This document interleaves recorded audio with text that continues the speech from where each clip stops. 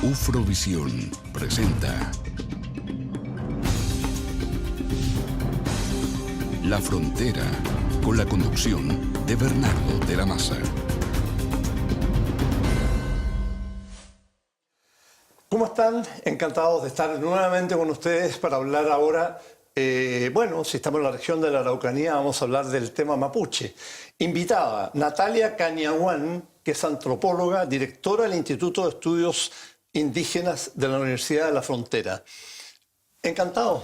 Hola, ¿qué tal? Gusto de tenerte por aquí. Igual, pues muchas gracias también por la invitación a conversar. Encantado. Cuéntame, Natalia, ¿tú tienes orígenes mapuche o estás en el instituto, pero en realidad llegaste por casualidad? A ver, es como... A propósito, no dije que eres antropóloga. Efectivamente, soy antropóloga. La verdad es que se mezclan un poco las dos cosas. Efectivamente soy mapuche.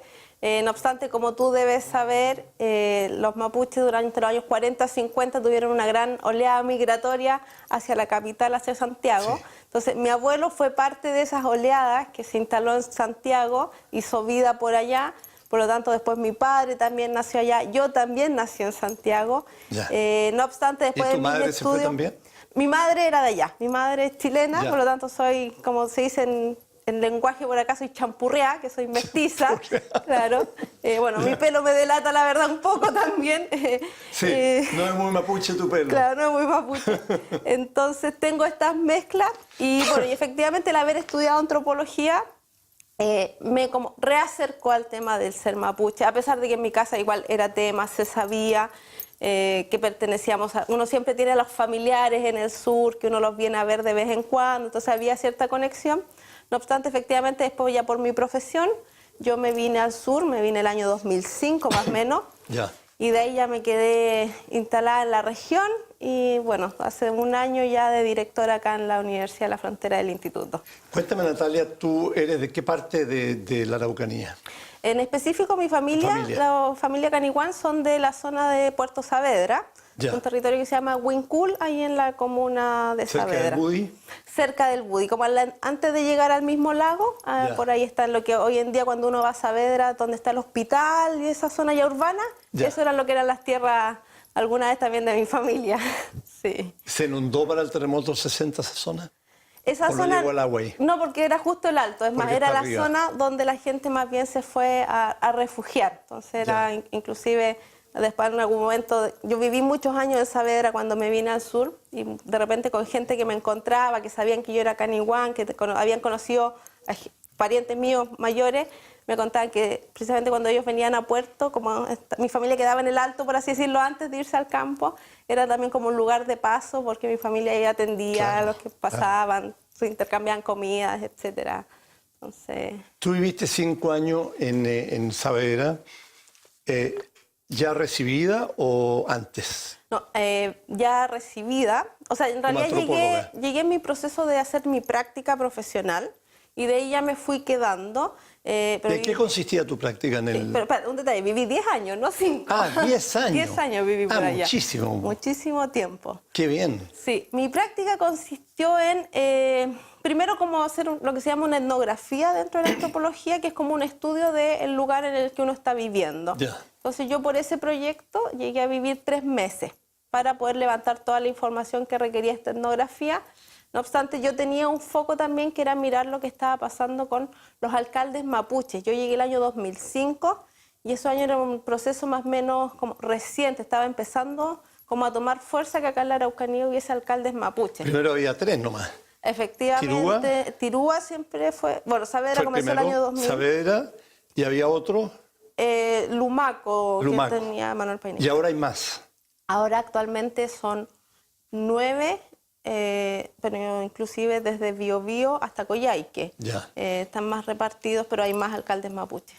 Sí. ¿Cómo fue tu experiencia de vivir 10 años en Saavedra? Fue interesante. Siendo medio chilena y santiaguina.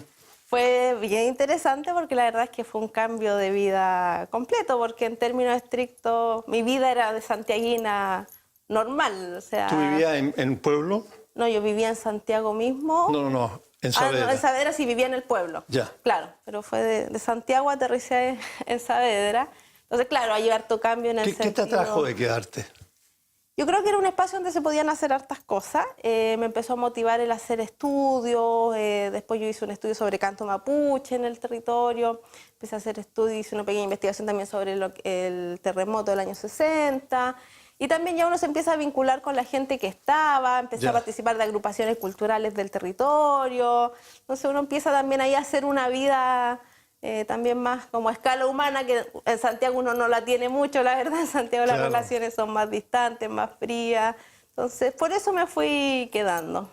Natalia, ¿cómo describirías tú la vida en una zona tan mapuche como es Saavedra, ¿no? Que probablemente después de Tirúa es, o junto con Tirúa, la zona más mapuche?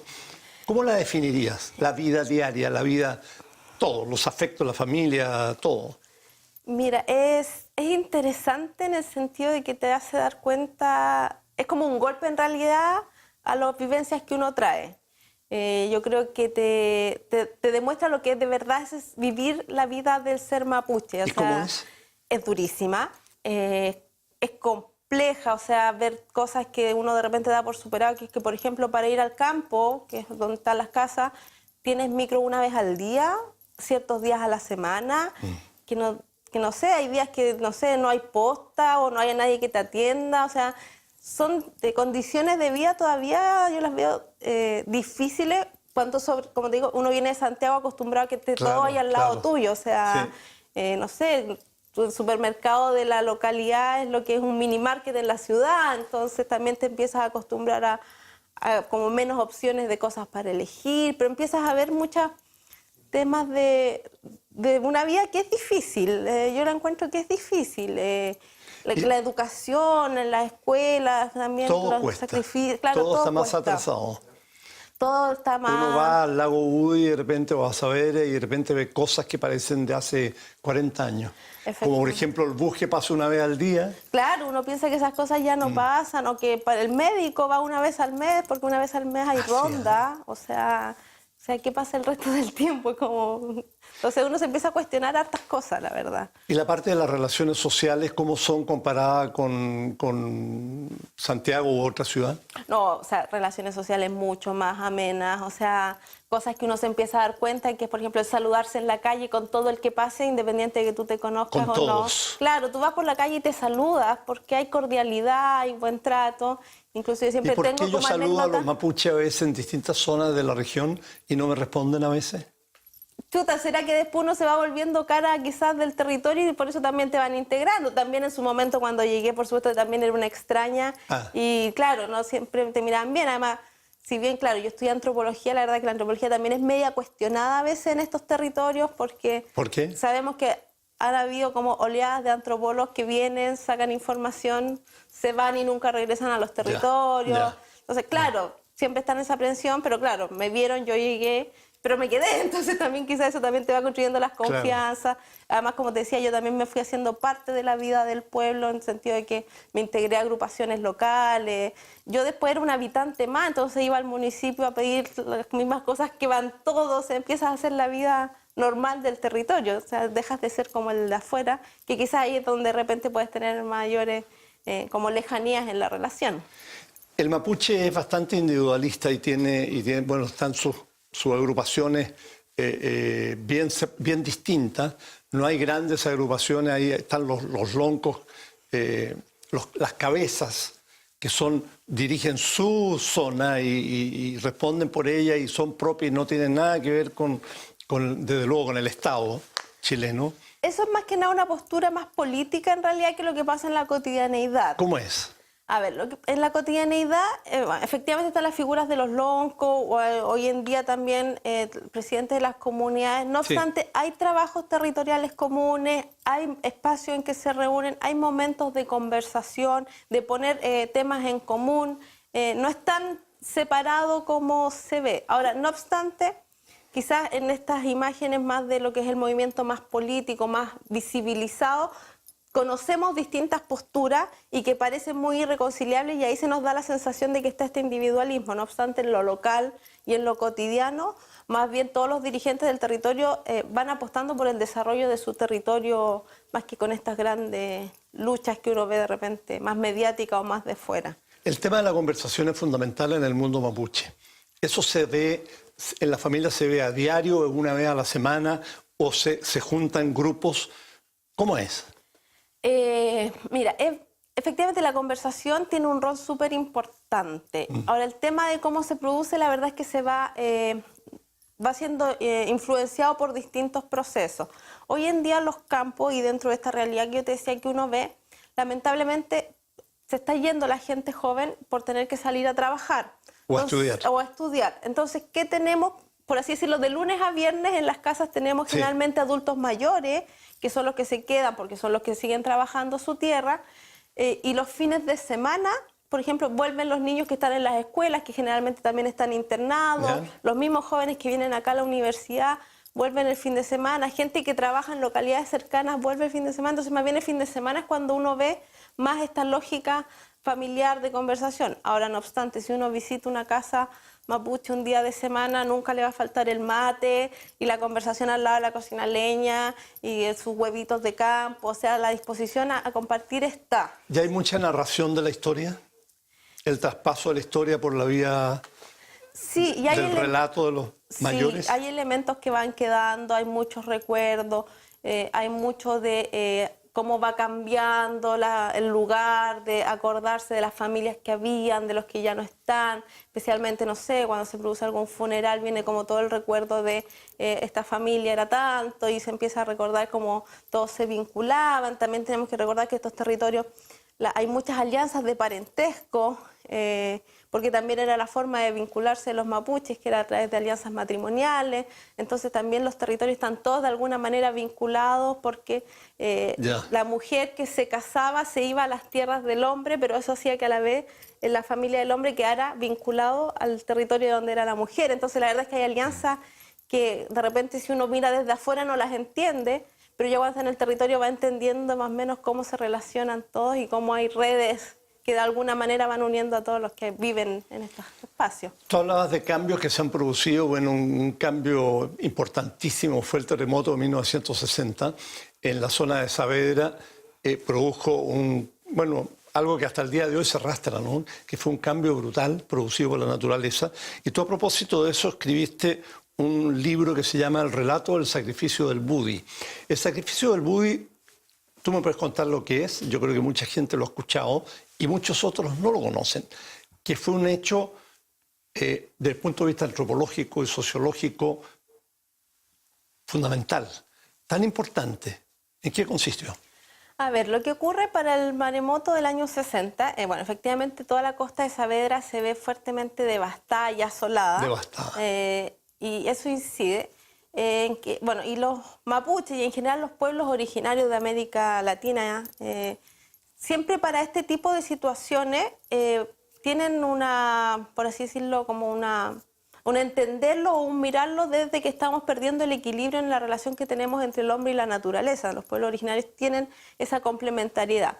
Entonces, cuando a ti algo se te desequilibra, tienes que volverlo a ordenar, por así decirlo. ¿Ya? Y dentro de esta lógica, los pueblos en general apelan a lo que son los sacrificios.